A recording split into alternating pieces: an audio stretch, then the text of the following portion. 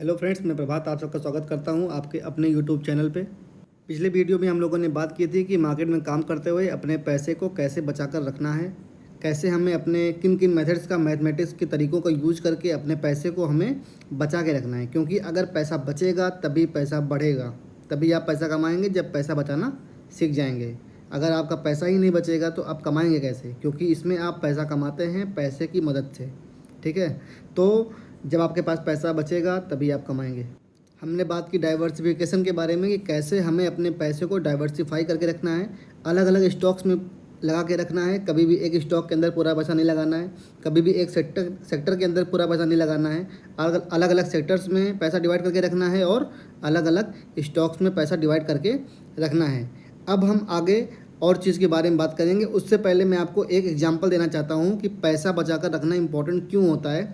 उसको एक हम मैथमेटिक्स के तरीके से समझने की कोशिश करेंगे, ठीक है। देखिए, यहाँ पे आती है बात। मान लीजिए कोई एक इंसान है, उसके पास 10,000 रुपये है इनिशियल कैपिटल, ठीक है ना। इनिशियल अमाउंट 10,000 रुपये है, वो 10,000 रुपये लेकर के मार्केट में आया हुआ है। वो क्या करता है, 50% हार जाता है, ठीक है, 50% लॉस कर देता है वो। तो हम समझेंगे कि उसके ऊपर क्या इफेक्ट पड़ता है, ठीक है। अगर 10,000 का 50% लॉस करेगा, कितना आएगा उसके पास? 5,000 घट जाएगा, तो बचेगा कितना उसके पास? 5,000 रुपये, ठीक है। लेकिन अब मान लीजिए कि वो 50% लॉस कर देता है। अब वो सोचता है कि नहीं नहीं, जितना मैं ले करके आया था उतना ही मैं पा जाऊँ, उतना मेरा पैसा रिकवर हो जाए, प्रॉफिट हो चाहे ना हो, ठीक है। तो अब उसको उतना गेन करने के लिए कितना कमाना पड़ेगा? 5,000 रुपये, ठीक है। यानी जितना पैसा बचा हुआ है इस पैसे से वो कमाएगा, तो उसको कितना कमाना पड़ेगा? 100%, ठीक है। ये आप देख रहे हैं, मतलब जो लॉस उसने 50% पे किया, ठीक है, जो लॉस उसने 50% पे किया, उस लॉस को भरपाई कितने परसेंट पे करना पड़ रहा है? वो कितना परसेंट गेन करना पड़ रहा है? 100% गेन करना पड़ रहा है। मतलब लॉस करना और प्रॉफिट करना दोनों अलग अलग चीज़ें हैं। लॉस करने में क्या होता है कि आपका जो बेस अमाउंट होता है वो बड़ा होता है ना, और प्रॉफिट जब भी करेंगे तो अगर लॉस होने के बाद प्रॉफिट कर रहे हैं तो बेस अमाउंट छोटा होता है। तो ये चीज़ ऐसे काम करती है ना। तो आप लूज़ नहीं कर सकते हैं, बड़ा पैसा आप कभी लूज़ नहीं कर सकते हैं। स्टॉप लॉसेस जो होते हैं छोटे होते हैं, छोटे होने चाहिए आपके पास, ठीक है ना। आपको छोटे लॉस पे बाहर निकल जाना है अगर आपका कोई डिसीजन गलत हो गया है तो, ठीक है। इस चीज़ का ध्यान रखना है। चलिए वीडियो को आगे बढ़ाते हैं। देखिए, एक कोटेशन है वॉरेन बफेट जी का, आपको पता ही होगा, इनके बारे में मैंने पहले बता रखा है, ठीक है ना। ये सबसे बड़े इन्वेस्टर हैं पूरे वर्ल्ड के। इन्होंने क्या बोला?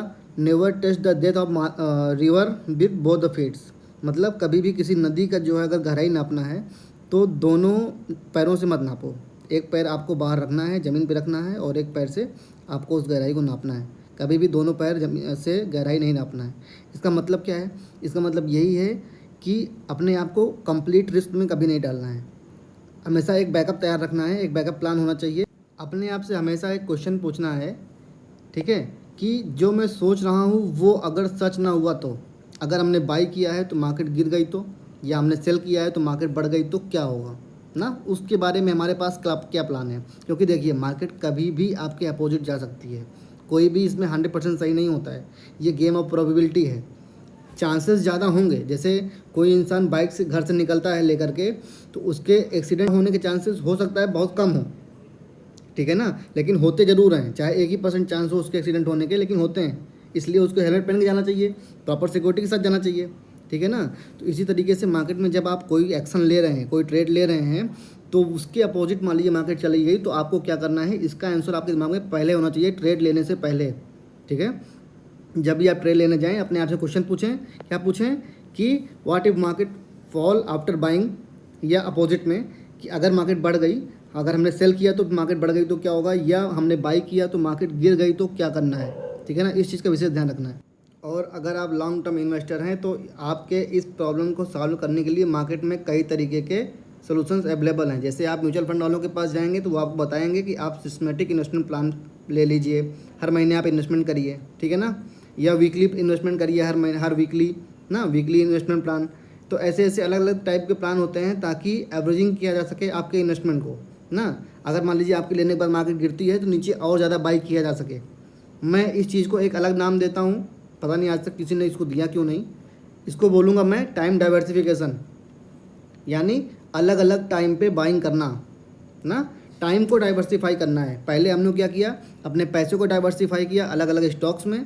अब हम क्या करेंगे, अलग अलग टाइम पे इन्वेस्ट करेंगे मार्केट में, अलग अलग टाइम पे एंट्री करेंगे।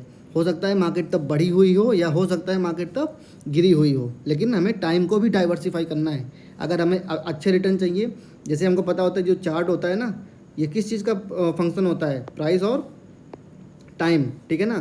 तो हमें टाइम को भी डाइवर्सिफाई करना है, अलग अलग टाइम पे इन्वेस्ट करना है, ठीक है। तो अलग अलग टाइम पे हमको इन्वेस्टमेंट करते रहना है। तो इससे क्या होगा कि हमारा टाइम भी डाइवर्सिफाइड रहेगा और मनी भी डाइवर्सिफाइड रहेगा। तो डबल डाइवर्सिफिकेशन एक तरीके से हो जाएगा और पैसा हमारा और भी ज़्यादा सिक्योर हो जाएगा और भी रिस्क कम हो जाएगा ना। तो जो हम उससे बोलते हैं लोग कि अगर पैसा मेरा लॉस हो गया तो क्या होगा, तो देखिए लॉस होने को तो किसी को भी होगा, ठीक है ना। लॉस हम बचा नहीं सकते हैं, लेकिन रिस्क कम कर सकते हैं। अल्ट्रा लॉस जो होते हैं ना, जो वही जो बात कर रहा था वो वारेन बफेट जी बात कर रहे थे कि हमें बड़ा पैसा अपना लूज़ नहीं करना है। तो बड़ा पैसा लूज़ ना करने के तरीके यही हैं कि पैसे को बांट के रखो, अलग अलग बास्केट्स में पैसे रखो, ठीक है। तो इससे क्या होगा, पैसा आपका जल्दी लॉस नहीं होगा ना, और पैसा बचा रहेगा तो कमा तो आप लेंगे ही, क्योंकि मार्केट तो अल्टीमेटली ऊपर जाएगी, ठीक है, लॉन्ग टर्म में। क्योंकि जब इंडिया ग्रो करेगा तो मार्केट ऊपर जाएगी, वर्ल्ड ग्रो करता है, इंसान का हैबिट है, ह्यूमन का हैबिट है कि वो लगातार ग्रो करता है। एक समय पे हम पत्थर से आग जलाते थे, आज हमारे पास न्यूक्लियर बम्स हैं, ठीक है ना। तो वही है कि इंसान ग्रो करेगा ही करेगा, बस आपको टिके रहना है वहाँ पे, ठीक है ना, पार्टिसिपेट करना है। तो इसके लिए ये कॉन्सेप्ट हो गया टाइम डाइवर्सिफिकेशन का। आगे देखते हैं। अब देखिए इसका लाइव वो देखते हैं कि एप्लीकेशन देखते हैं इस चीज़ का, ठीक है ना। जैसे ये कैसे काम करेगा, मान लीजिए हमारे पास 1 लाख रुपए थे, दो इंसान होंगे ना। पहला इंसान क्या होगा कि 1 लाख रुपए कहीं पे भी इन्वेस्ट कर देगा, मान लीजिए यहाँ पे इन्वेस्ट कर देता है, इस पॉइंट पे, ठीक है ना, या इस पॉइंट पे इन्वेस्ट कर देता है, कहीं पे भी इन्वेस्ट कर सकता है वो, ठीक है ना। 1 लाख रुपए पूरा इन्वेस्ट कर दिया। तो अगर इस तरीके से बढ़ती हुई मार्केट है तो ठीक है, वो कहीं पे भी इन्वेस्ट करेगा, उसका ओवरऑल प्रॉफिट होगा। लेकिन क्या हो अगर कोई इंसान ऐसा हो जो अलग अलग पॉइंट्स पे इन्वेस्ट करना सोचे, मतलब वो सोचे कि मैं 10,000 रुपये यहाँ इन्वेस्ट करता हूँ, ठीक है, फिर मैं 10,000 रुपये 1 महीने बाद या कहीं पे यहाँ पे इन्वेस्ट करूँगा, जब जब मार्केट गिरेगी तब इन्वेस्ट करूँगा मैं, जब जब फॉल आएगा तब इन्वेस्ट करूँगा, ठीक है ना। तो किसका एवरेज ज़्यादा रिटर्न बनेगा, पॉसिबिलिटी किसी की ज़्यादा है।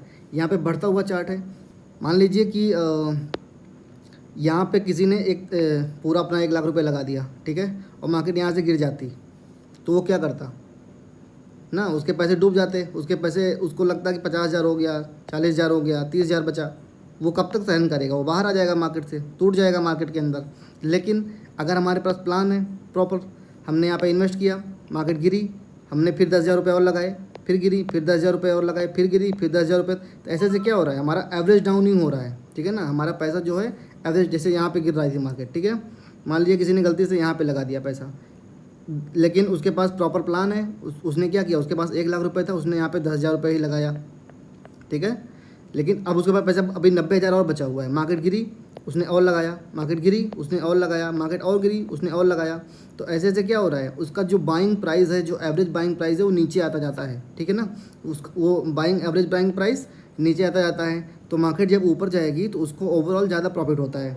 इसलिए कभी भी एक टाइम पे पूरा पैसा मार्केट के अंदर नहीं डालना होता है, मार्केट के अंदर पैसा अलग अलग टाइम फ्रेम में डालना होता है। जब मार्केट गिरे, या आप मंथली अलग अलग टाइम पे डाल सकते हैं, जब भी आपके पास पैसा अवेलेबल हो पर मंथ वो भी डाल सकते हैं, ठीक है। तो इस तरीके से हमने देखा कि डाइवर्सिफिकेशन को हमने 2 पार्ट में तोड़ दिया। पहला मनी डाइवर्सिफिकेशन, उसके अंदर हमने क्या किया, अपने पैसे को बांटा, किस चीज़ में, सेक्टर्स और स्टॉक्स में, ठीक है ना। उसमें बांटा हमने पैसा, पहले अलग अलग सेक्टर्स में बांटा और फिर हर एक सेक्टर्स में अलग अलग स्टॉक्स में बांटा। उसके बाद हमने क्या किया, दूसरे पार्ट में गए डाइवर्सिफिकेशन के, और हमने अलग अलग टाइम में भी अपना पैसा बांटा। कभी भी हमने अपने पैसे को एक समय पे पूरा का पूरा मार्केट में इन्वेस्ट नहीं किया, ठीक है ना। तो इससे हमारा क्या होगा, और भी ज़्यादा इफ़िशियंसी बढ़ जाएगी हमारी इन्वेस्टमेंट करने की, और जो रिस्क है वो धीरे धीरे कम होता जाएगा, बहुत ही कम हो जाएगा, ठीक है ना। तो इस चीज़ को ऐसे समझना है। तो आज के लिए वीडियो को यहीं पे ख़त्म करते हैं, और सब्सक्राइब वगैरह करते रहिए, लाइक वगैरह करते रहिए अगर वीडियो पसंद आए आपको तो, क्योंकि हमें इस कम्युनिटी को आगे बढ़ाना है ताकि और लोगों को लिटरेट कर सकें हम, ठीक है ना। लोग मार्केट में बिना सोचे समझे पैसा लगाना बंद कर दें और सीख समझ के पढ़ लिख के इन्वेस्ट करें और अच्छी वेल्थ क्रिएट करें। ठीक है, चलता हूँ, बाय, थैंक यू।